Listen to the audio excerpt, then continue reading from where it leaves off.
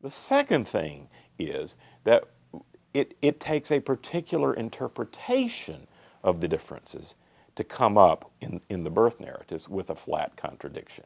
For example, you will hear Bart say things like, well, it appears that Luke thinks that Jesus is really from Nazareth, even though he was born in Bethlehem, according to Luke. Whereas in Matthew, they're at home in Bethlehem, and then only later do they go to Nazareth after a sojourn in Egypt. So this is obviously a contradiction. Jesus is called Jesus of Nazareth. That's who he is. That's where he came from. So obviously one or the other of these counts are wrong. So there's a contradiction here. But when you look more closely at what's going on in these narratives, Matthew doesn't claim that they had never been to Nazareth before they went to Bethlehem or showed up in Bethlehem. And Luke does not suggest that Bethlehem was just an accidental place they went. It's the family home, in a sense. It's somewhere they needed to go for the census. So, I mean, there's those kinds of things where that a person like Bart sets up a false antinomy, a false dilemma that's really not in the text.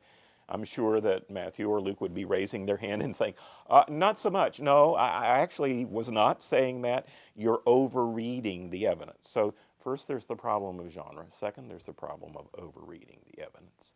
And then in addition to that, there's just the misinterpretation of the evidence, the misinterpretation of the evidence.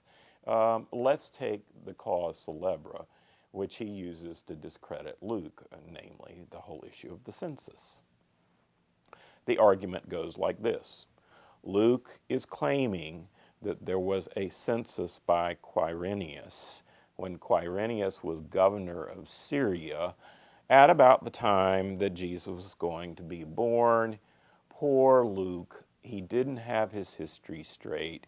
Everybody on planet Earth who's a scholar knows that the census in question took place in AD 6, but Jesus was born BC. A clear historical era. How could we possibly trust Luke after that? Well, now, here is where I say that we don't know nearly as much about Quirinius as we would like to know. But what we do know about him is that he was already the legate in Syria at the time Jesus was born, BC. What we do know is that the Roman Empire regularly took censi for the sake of taxation. The purpose of a census was taxation. And when you're fighting wars all over the place, you need to keep coming up with revenue. We have perfectly clear evidence from Egypt that there was a linking between census and tax collection, and people had to go to their ancestral homes to report. So we've got the historical evidence from Egypt. Why would we assume that the province of Judea would be any different? There's no reason to do that. In addition to which, if you actually read the Greek of the story about the census carefully, it's perfectly possible to read the Greek as saying that this census that I'm talking about is the one before the famous cause célèbre, the census of Quirinius. Now, the Greek could certainly be read that way. Joseph Fitzmyer, in his Luke commentary, says so, and he's right about this. So my point is just this. Why do you insist on this particular reading of the Greek text? Well, it's because it serves the cause of saying Luke is a bad historian, now we can discredit Luke and go from there. To me, one of the things that bothers me the most about what's going on in Bart's work is the assumption that we know more than Luke or Matthew knew about these historical circumstances. That assumption, unfortunately all too common with scholars, is an unfair assumption. It's an argument from silence.